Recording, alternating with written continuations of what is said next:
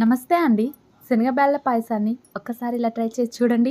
చాలా టేస్టీగా ఉంటుంది. మీరెప్పుడైనా ట్రై చేశారా? ట్రై చేయకుంటే తప్పకుండా ట్రై చేయండి. పాయసం కోసం కుక్కర్‌లో ఒక కప్పు శనగబేళ్ళు తీసుకొని అందులోనే 2½ కప్పు వాటర్ వేసి కుక్కర్ మూత పెట్టి మీడియం ఫ్లేమ్‌లో ఒక 3 విజిల్స్ రానివ్వండి. బ్యాళ్ళు ఉడికేలోపు కడాయిలో 1 స్పూన్ నెయ్యి వేసి అందులోనే డ్రై ఫ్రూట్స్ వేసి ఫ్రై చేసుకొని పక్కన ఉంచండి. 3 విజిల్స్‌కి బ్యాళ్ళు అనేవి ఈ విధంగా ఉడికి ఉంటాయండి.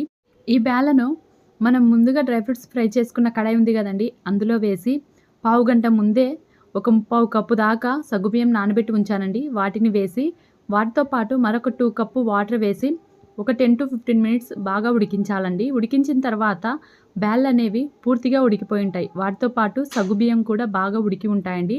అలా బాగా ఉడికించిన తర్వాత ఒక కప్పు శనగబేళ్ళకి కప్పున్నరకు కాస్త తక్కువగా బెల్లం వేస్తున్నానండి. బెల్లం మొత్తం కరిగిన తర్వాత 1 స్పూన్ ఇలాచీ వేసి ఒక 10 మినిట్స్ ఉడికించి మనం ముందుగా ఫ్రై చేసి పెట్టుకున్న డ్రై ఫ్రూట్స్ వేసి ఒకసారి కలిపి పాయసం కాస్త పలచగా ఉన్నప్పుడే స్టవ్ ఆఫ్ చేసి సర్వ్ చేసుకోవడమే.